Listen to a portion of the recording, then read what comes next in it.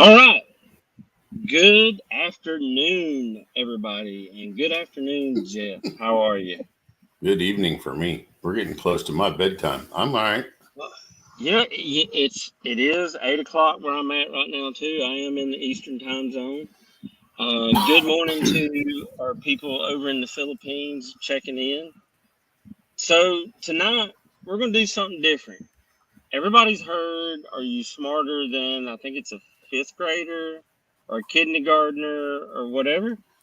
Tonight we're gonna play a game. It's, we're calling it, "Are you smarter than your chicken?"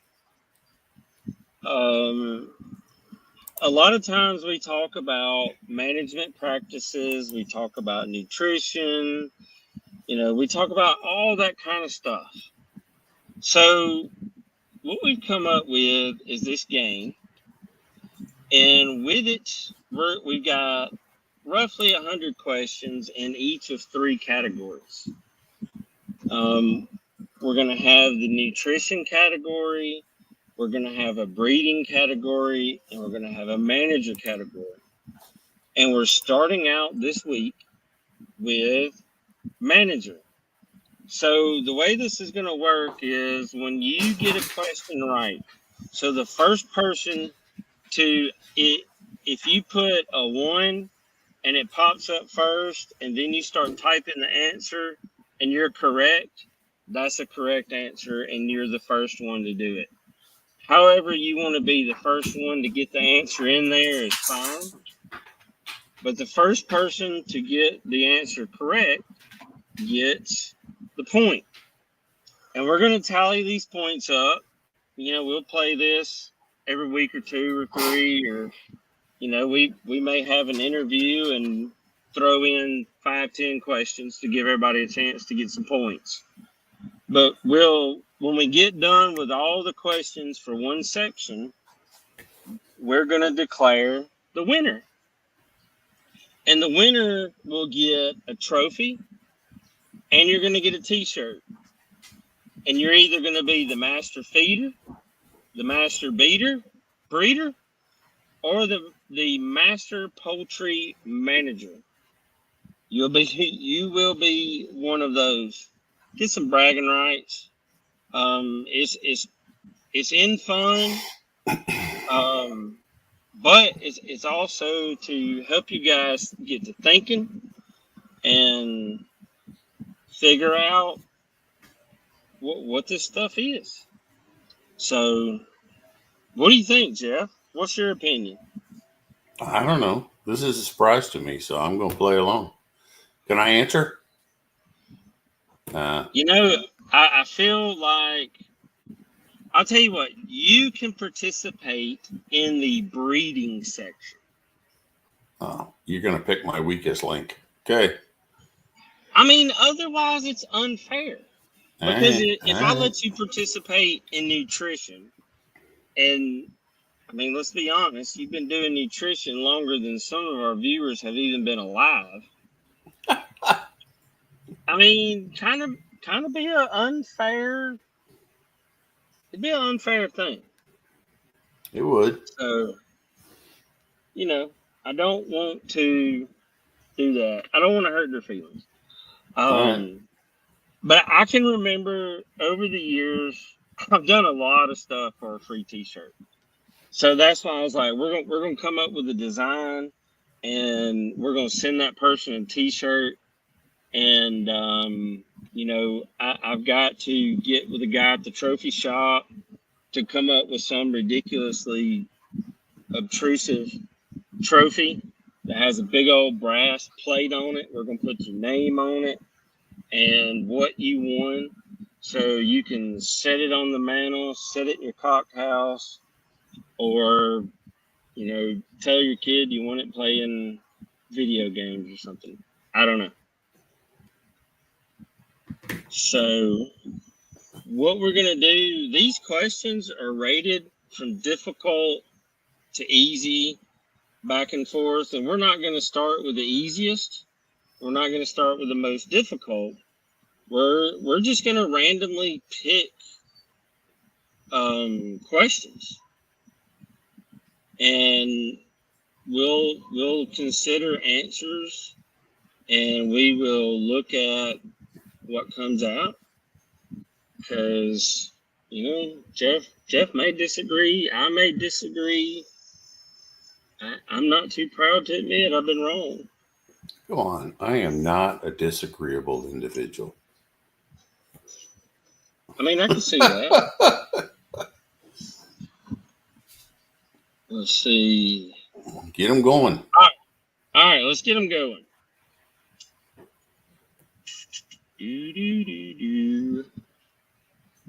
Here we go. How does methionine affect feather development? That is question numero uno.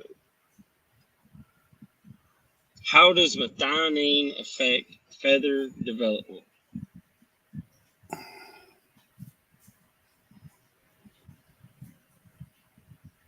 Nobody's playing. Nobody's typing. I wonder if they forgot. I mean, haven't we talked about that? Yeah. That's what I thought. I didn't realize it was top secret. Yeah. Doesn't mean they were listening, just because we were talking. Right? Touche. Yeah. Oh, Daniel says hello. Yeah. Yep. So we're playing a game, Daniel. If you just tuning in, we're looking for currently. We're asking questions about management. Let's see here. Good afternoon, Dwayne. Okay. Kelly says growth and color. What do you think, Jeff? Growth for sure. A little bit of influence on color, only because you get a richer color right out of it. So your depth of color would be more intense. Yeah. Like your reds are going to be deeper.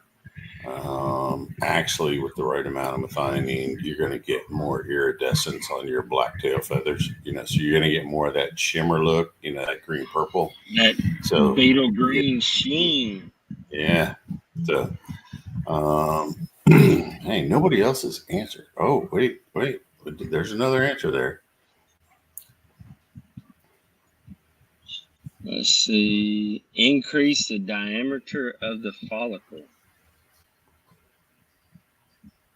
It would make a bigger feather. That would be a true statement. So, who do we give that one to? Well, we only had two guys answer. So. You know what? They both answered at the same time.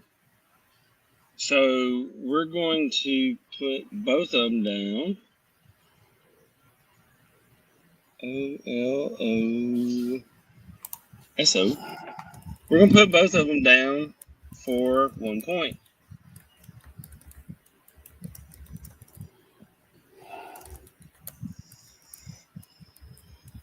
Let's see. Let me mark this question off the list. Because if we ask it twice, that would just make it too easy, right? Yeah.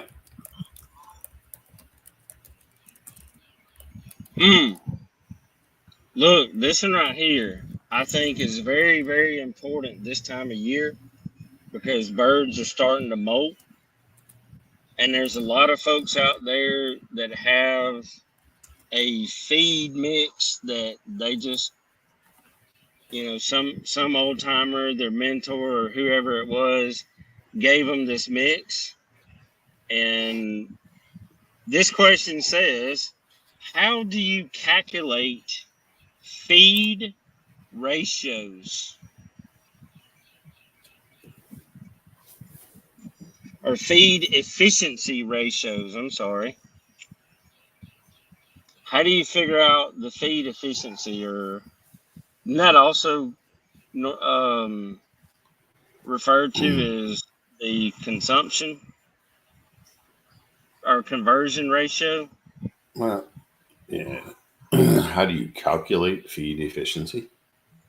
Yeah, or the feed conversion ratio. Well, feed conversion ratio is more worried about on the commercial side for meat birds or for egg layers, right? In our world, right?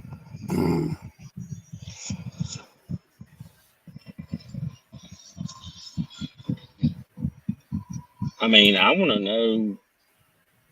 I can think of reasons why I would want to know in our world.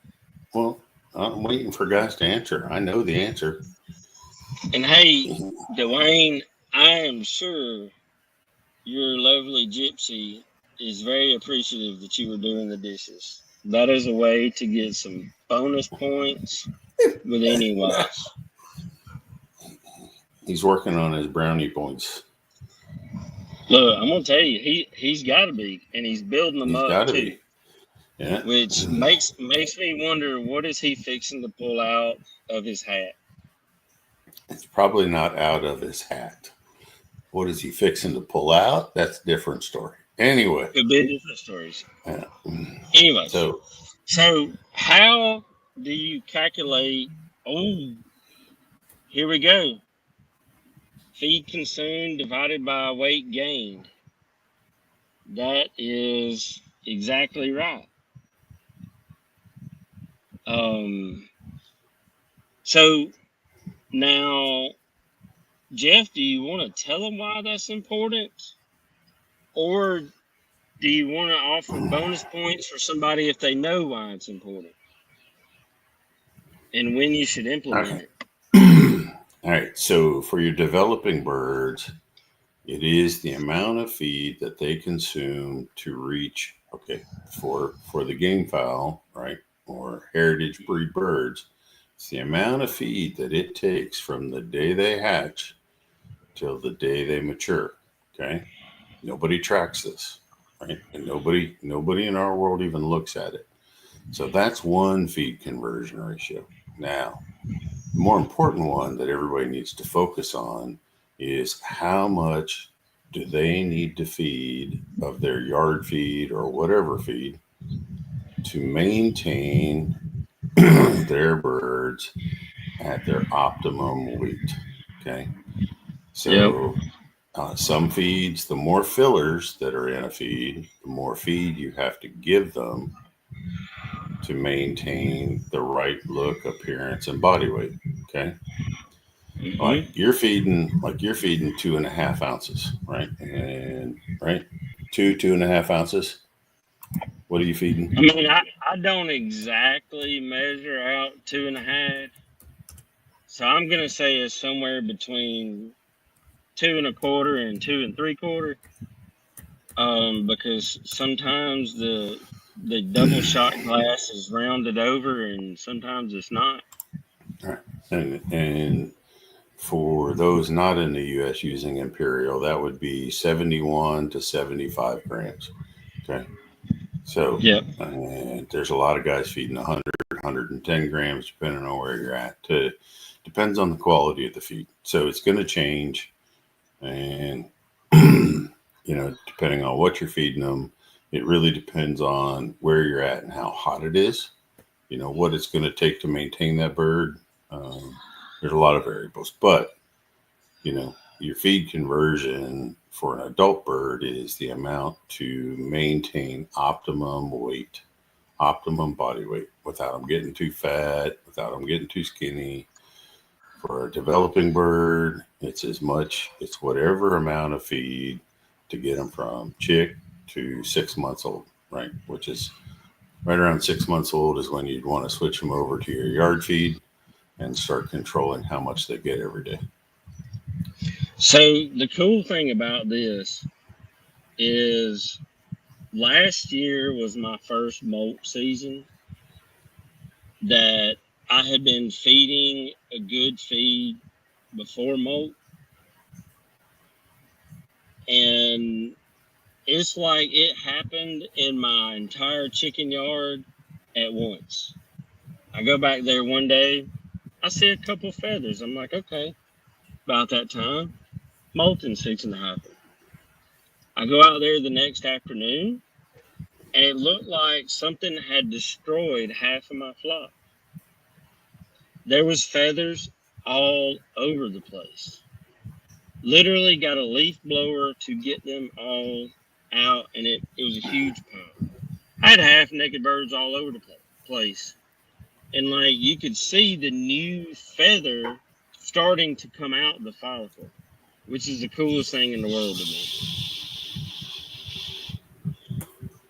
Well, and I learned this, or I proved this last year, but I'm learning as I go. The longer it takes your birds to fully drop their feathers is a really good indicator of how much body fat that bird actually has. Okay. The more body fat they're carrying going into the molt, the longer it's going to take to recycle those feathers. But anyway, back to your questions. Okay. All right. Here's another one. What is feather picking? What is it a sign of? And how can it be prevented?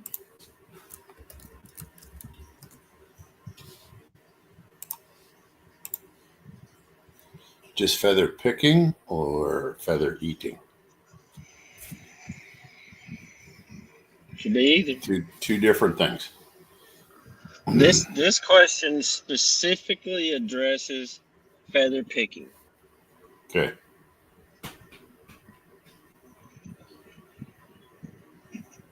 I think there's another question. Huh? I think that's another one. Let's see. We got stress, lack of minerals.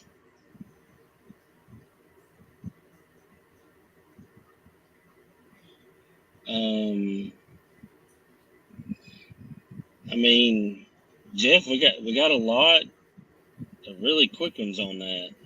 I know. Dwayne says stress is the main cause. Lack of minerals in their supplement. Stress and overcrowded mites. Boredom, lack of room.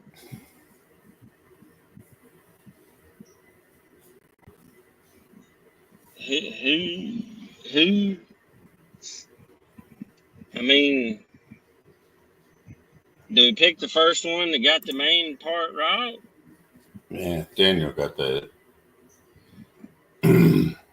He hit the three main points. Right.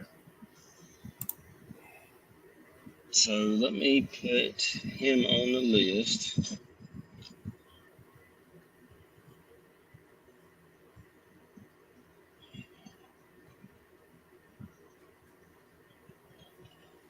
So you have another question like this or no? There's one that's Similar. close. Yeah. Well, there was a bunch of dietary deficiency, mineral deficiency. I was going to expound on that, but well, let's save that for a different question. all right. How can you prevent cannibalism in poultry? And one of these things that's a hard question. Happens a lot with breeders that try to overdo it. But from what I know, there's three main things that hit this. Now, are you looking at prevention or treating it? Well, I mean, treat it by culling.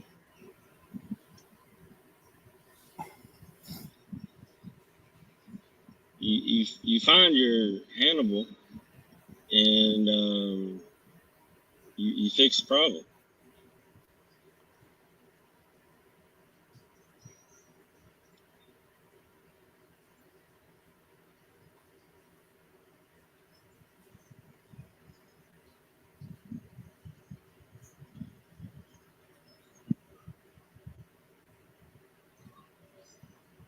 You see that one? Let's see. Feed, meat, salt, room.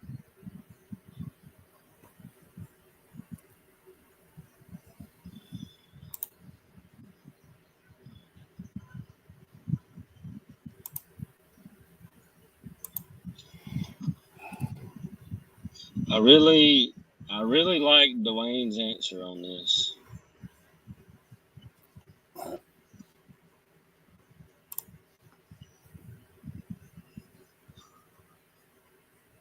What do you think? I mean, Kelly hit them all. Feed, meat, salt. Yeah. Yeah, because he's talking about overcrowding and protein, right? But he gave you the cures for the issues, right? At least 2 out of 3, but nobody hit the one that you were looking for. And I don't know that we've covered it, so it would be a tough one. So, to be honest, if I think about it, if we did cover it, it was really brief. So we're going to give that one to Kelly since he hit it first. And I'm going to say that the one thing that nobody mentioned that I was looking for was proper lighting. There's a lot of people out there, and we ain't talking about breeders. We're talking about the people that try to do too much. Yeah. What we were looking for is too much light, lack of protein, or being too crowded or overcrowded. Right? So those are 3 key factors that can lead to cannibalism. And you don't have to cull them, right? So 1 tablespoon of salt in 5 gallons of drinking water for 3 days will stop cannibalism.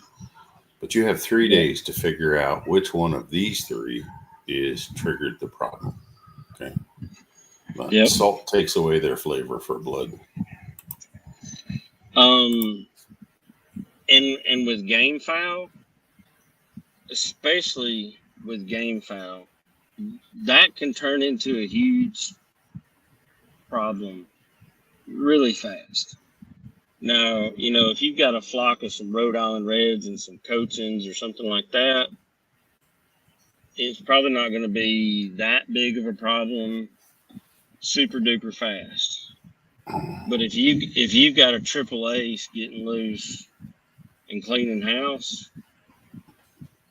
that's going to be an expensive problem really fast. Now, despite popular belief, Dwayne, you're killing me with this one. Look, there's a lot of faith in this, okay? And I don't understand it, but if you give them something to peck at that's entertaining, like when those little white beads start flying around, it takes their mind off of whatever else they were doing stupid. I don't condone. I'm not a fan of feeding styrofoam, but I'm still trying to figure out why. But anyway. Well, think about this, Jeff. This is how I look at it because, I've thought about it and I've done a lot of research on it. And I can think about when I was a younger person. Let's all go back to our high school days. When did we get in trouble? When we were bored. Because, we'd find something to do. And I think giving them that styrofoam where they can peck at it and, the crap flows all over the place, maybe they need something to play with. And you got them on a cord, and all the hen's got to do is run 2 feet, and you can't do that. So they need something to play with.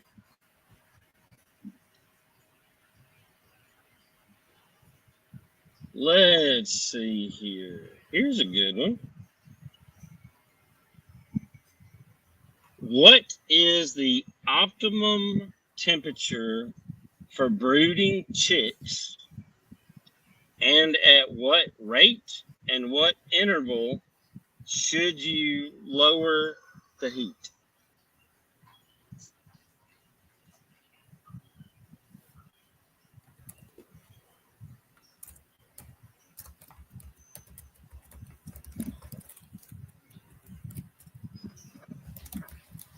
Dude, a styrofoam plate would do good with taco shells. You just fold that thing up and you got everything right there. And we're not talking about in the incubator. We're talking about brooding them. They've done hatched out.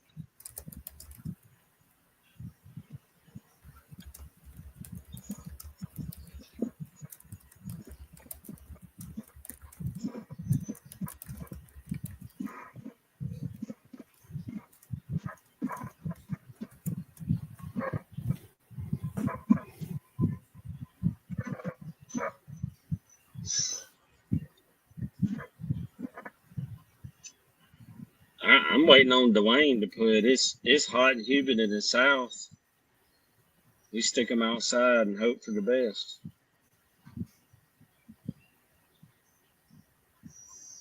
You know, speaking of that, Jeff, while we're seeing if anybody pops out an answer, I wonder if somebody that lived in South Florida, like, how much of a challenge would it be to brood birds this time of year? During the day, you'd almost have to worry about them getting too hot. Yeah, the best brooder people, they make a thermostat controller that can regulate that temperature if you're not using like a heater plate, with a thermostat. But they do make temperature controllers or light controllers for people using the red light, the heat lamp bulbs, and Yep. It'll turn them off and on based on the temperature in there at chick level. So pretty cool. I think there's a couple different companies that make them. I've got one that is Wi-Fi enabled, so I can monitor it on my phone, because I use those really big in a couple of my big brooders. I use the really big Rent-A-Coop plates, and they don't have a temperature control on them. Those son of guns can put off some heat. And this time of year, I don't want it to be 110 degrees in the brooder box. Let's see. So who hit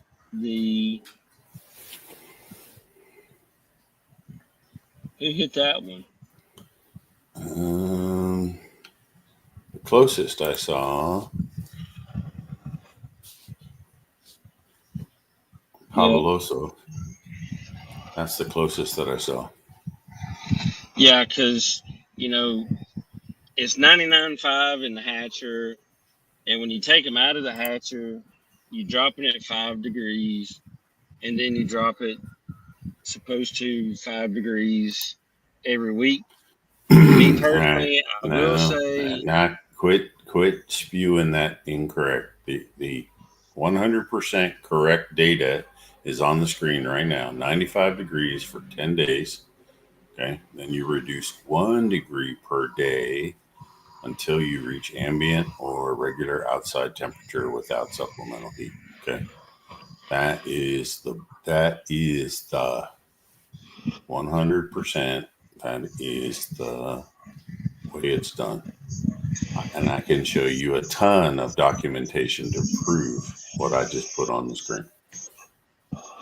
And guys, I will say this. There's quite a few of y'all that said 95 and 5 degrees every week. There's a lot of people that say that. I do not know the science behind 1 degree per day after those 10 days, but I do know it works because there is a certain OCD friend of mine that would not leave me alone until I took a batch and weighed them every day.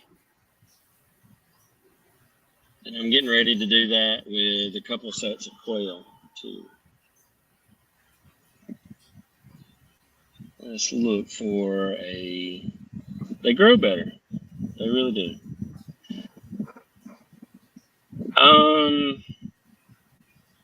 Look, the 95 and 5 method is okay, and it works. I know it works. I'm not telling anybody it doesn't. But for those who want to be perfectionists, there is a better way.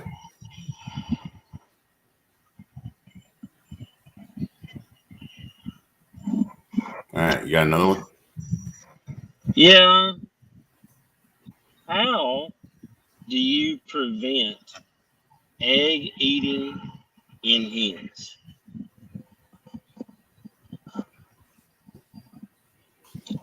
There's 3 specific things that you can control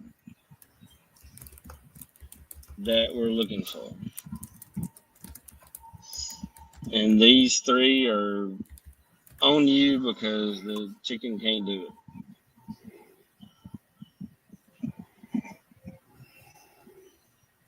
I like my answer.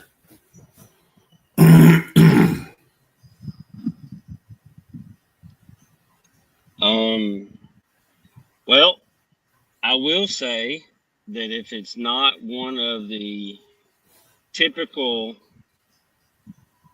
answers that we're looking for,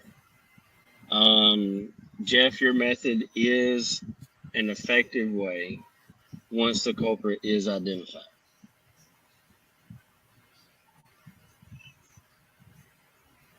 You're looking for what? 3 what?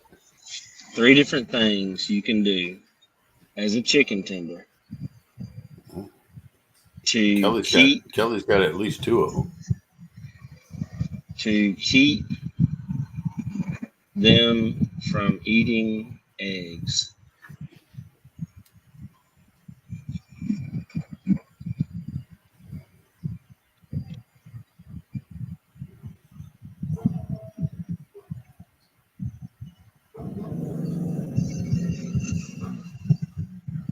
Mox is not happy.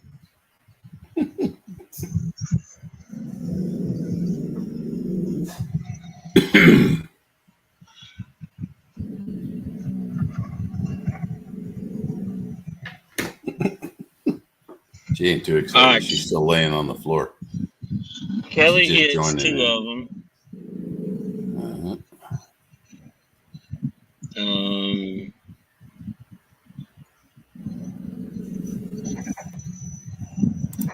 Okay, I'll say this. I see in some form or fashion all 3 answers.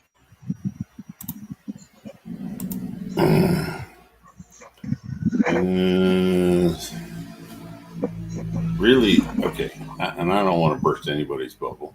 There's really only one answer here. But I'll let you do your thing, but there's honestly only one answer. Well, man, what's your answer?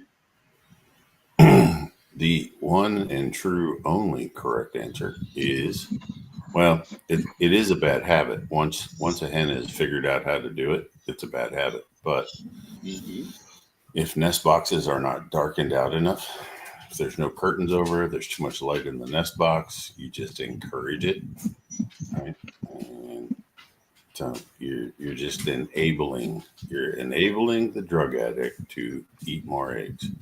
So yeah, that's the primary thing.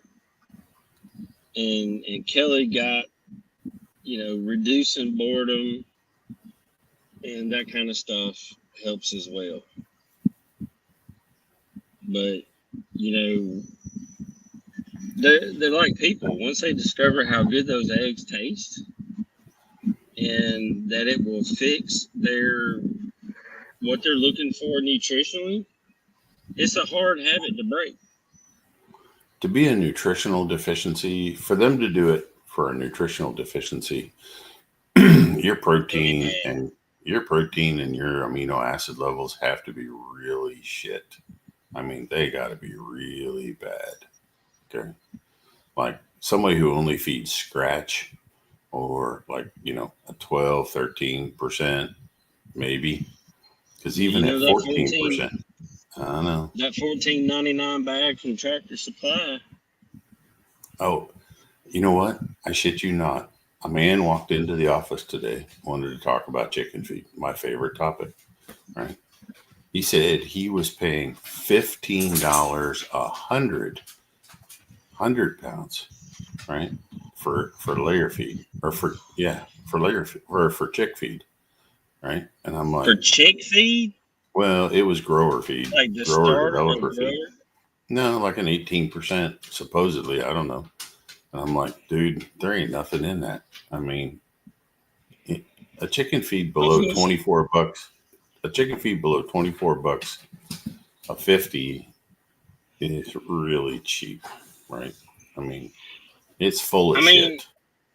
Like you can't even make the amino acid yourself and get them that cheap. Or you can't. Well, there's none of that in there. They're just throwing a basic AD&E in there. No, there ain't nothing in there. So, did he have a feed tag? Or did he have a bag? No. But when he told me the mill he was getting it from, and then, I knew, I know where it's coming from. Yeah, because it's local to me. All right, Kiku has a question. Yeah. The humidity is setting in. Pretty hot. It's hot and humid in Saipan. Yeah. I thought that was every day. Some seasons are worse. So the rainy season is more humid. Right.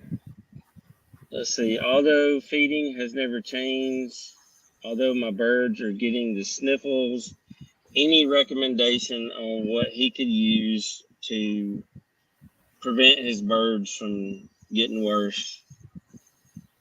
Well, Kiku, and I don't know that we have time to do it, but all right. So what you can do today is you can bruise a clove of garlic or two, and put that into 5 gallons of drinking water and let it set for 24 hours and then serve it. Okay. Now, the faster method would be to make my garlic tincture that I've told everybody how to make. And once it's ready, which is 1 full moon cycle, then you would use 1/2 ounce per gallon of drinking water. And it's an excellent, antibiotic replacement. So that's what I'd go with. I'd go with the garlic, right? And garlic's pretty inexpensive. Like I said, lay it down on the side, a clove or two, and then just kind of smack it with your knife. Chop it up a little bit. But you got to bruise it for it to release the allicin, which is the active ingredient in garlic, right? Just straight up garlic doesn't give you the same results. So what I've done is, and this may not be right, because I've done a lot of stuff that wasn't, but I have rubber mallets that I use for various things. And what I would do is take a flat piece of copper. We won't talk about why I have flat pieces of copper. And I would set the garlic on it and smash it with a hammer. And then I would throw the garlic smashed, the copper, and the crap that came out when I smashed it on the copper, all in the water, and let it sit in the cock house for a day or two. And that you can keep making it, and it needs a minimum of 24 hours to sit before I want you to serve it. But you can make a week's worth at one time if you want. I don't care, right? Not going to hurt anything. So there's a 5-gallon bucket. there's a 5-gallon bucket in my barn right now with some in it. Yeah, it just doesn't go because. bad. It only gets better. So, how do you control ammonia levels in your brood pens and your brooders?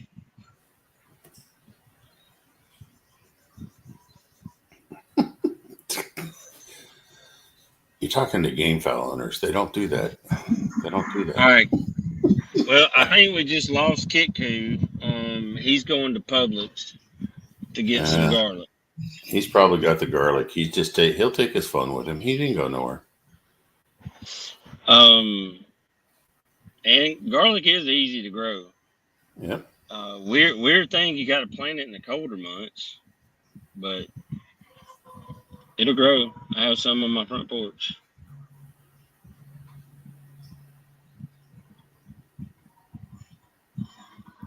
Kelly's got the answer. So, at least in my opinion. And look, here's the thing about it. Kelly's a guy that, I'm just got me a few birds up here in Canada. He's the most nonchalant, don't want any attention, just doing his thing guy. And he's very modest. He is wiping the floor tonight. He is on top of his game. I mean, hey, maybe that's part of what you got to be on top of your game to keep birds in the wintertime in Canada.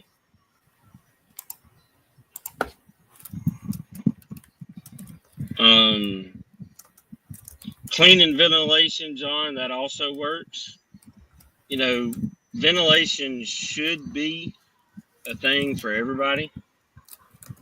If you're going to keep birds inside, like I have a barn that I brood in, and I have a exhaust fan on the back side of that barn that will circulate.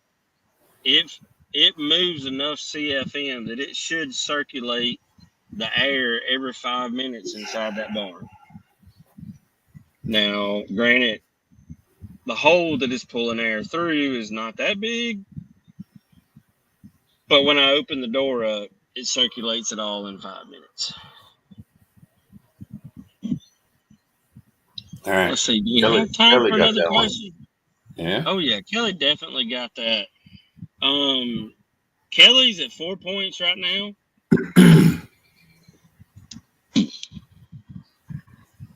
Let's see. Is it Pablo Oso? I don't know. I'm not going to butcher anybody's name, but he's got 2 points, and Daniel has 1. So let's look for another one. How do you manage heat stress in your birds? And there's only a couple ways you can effectively do this. And they're all easy, and you should be doing it anyway.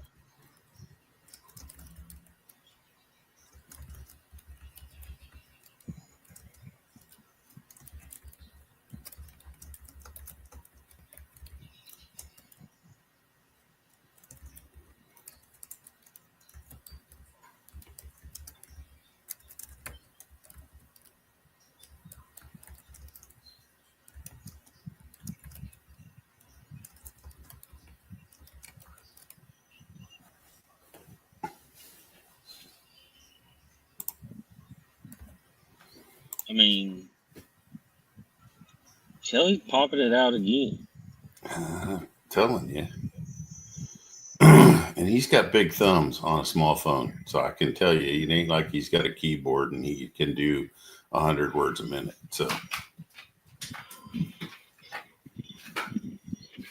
So did anybody have any questions about any of the topics that we talked about? Anything you would like to get some more elaboration on? Anything like that we can help maybe give a better understanding or anything like that? and misting them with misters, I'll say this: you can get on Amazon and get you a piece that hooks into your garden hose that reduces the pressure down to 15 gallons per minute. And you can screw I believe it's a 1/4 inch line on the end of that.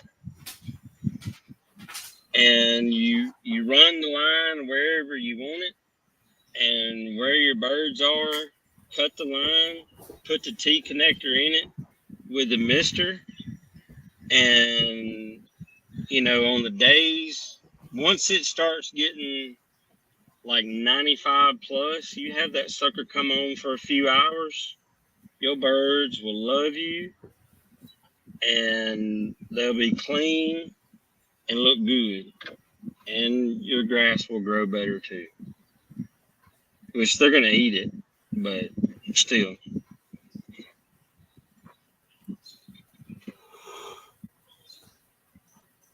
All right, what you got? Nobody has questions. No, they want that next question. They're getting into the sport.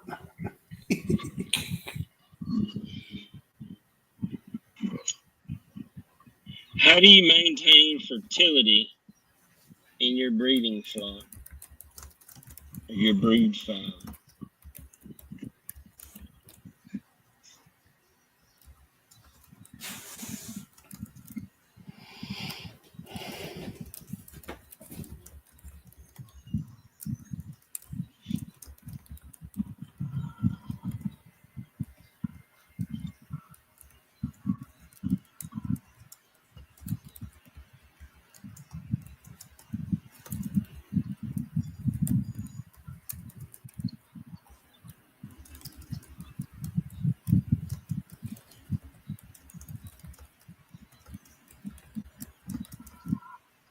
Keep your rooster away from the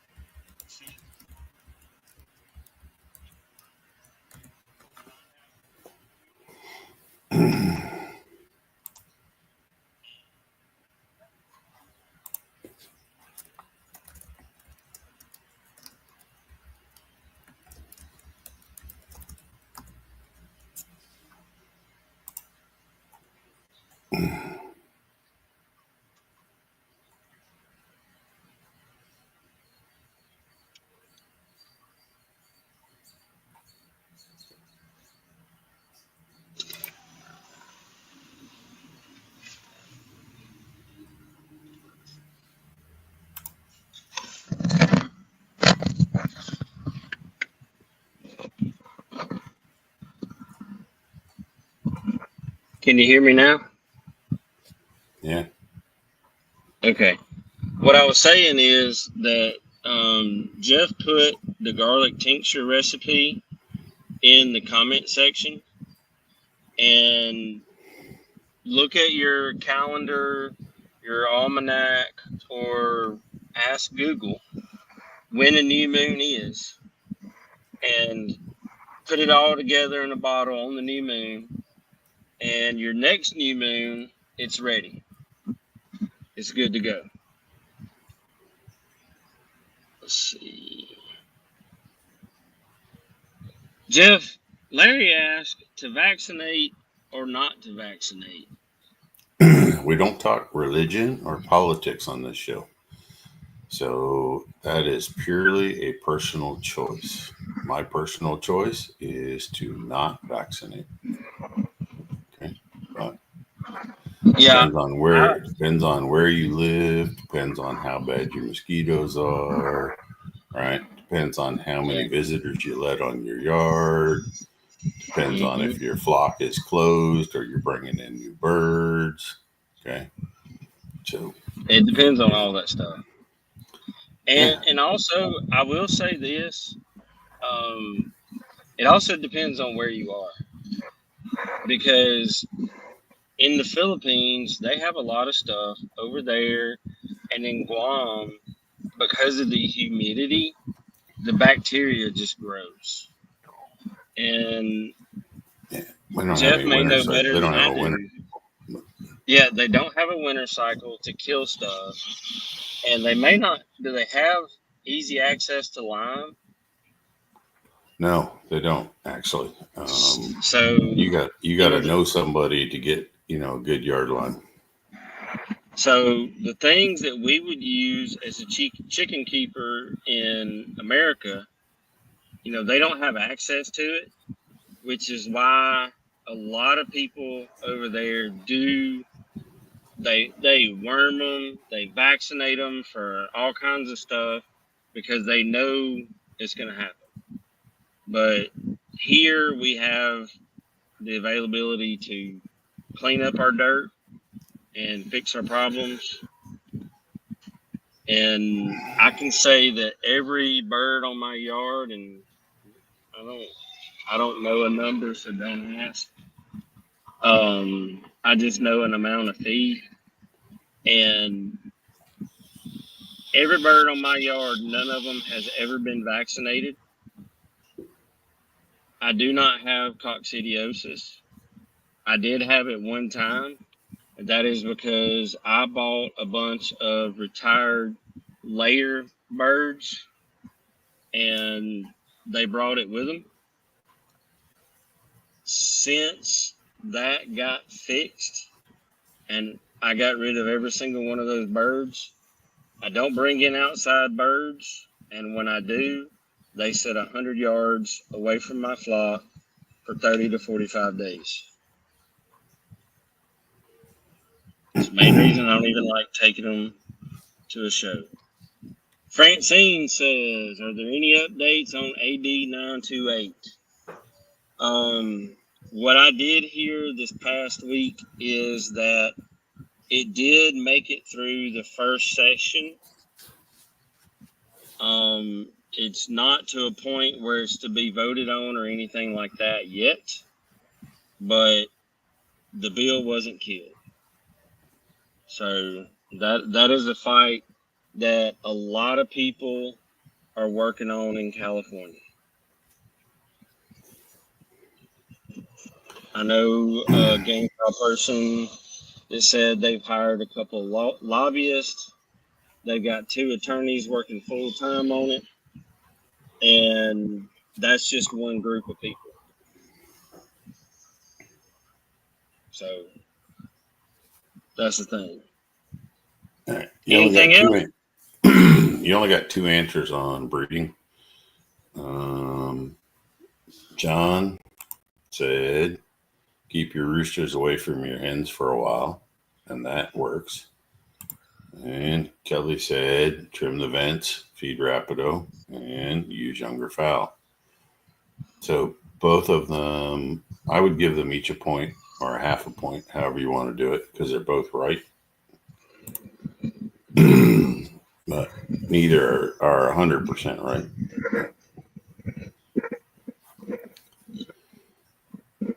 All right. So we'll give them both half since they're not 100% right. Yeah. So, and to expound on John's point, the further away you can keep your roosters from the hens, the better, right? So if you had a big enough yard where you can keep, all the roosters, all the cock stags and brood cocks in, like 100 yards away, and then keep your hens for about 60 days prior to mating season, that will enhance it. What neither one of them said was, if you manage your molt and you do get the internal fat out of your birds, both the hens and the roosters, and you manage them correctly, you're going to get a lot better egg production, and you're going to get a lot better chick hatch, right? You're going to get stronger chicks. So the molt is really important for breeding season. I think on the 23rd, Jeff, I think we should talk about the molt. You might be solo on the 23rd. I thought it was the 16th that I would be solo. 16th also. 23rd, I'm going to be in the Philippines. So you're going to have to send me a reminder to wake me up, because it'll be 8 a.m. All right. But we can talk about the mold on the 23rd. But my internal clock gets so backwards when I go there, just because it's a 12-hour difference. Yeah. I don't know if I'm coming or going. It's 9 o'clock in the morning on Tuesday. We got time for one more question. One more question.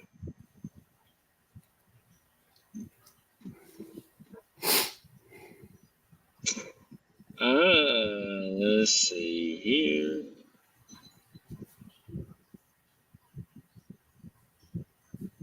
What's the purpose of a dust bath?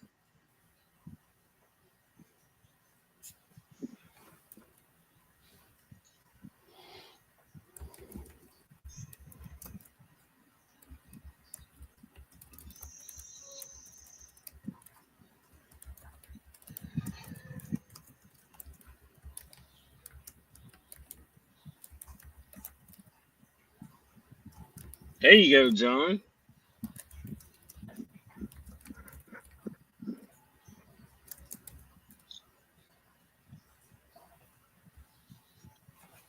Yep, winner, chicken dinner. He popped that one on quick. He got that one. Yep. Keeps the skin healthy, clean, gets rid of parasites, helps control the amount of oils in the feathers, all that good stuff. So with that, I say good night or good day. Y'all have a good one. You still got a couple hours to drive, so. I still got a couple hours of driving. If you need me, you know how to get me. And I will see you, worst case scenario, next Monday with a guest co-host.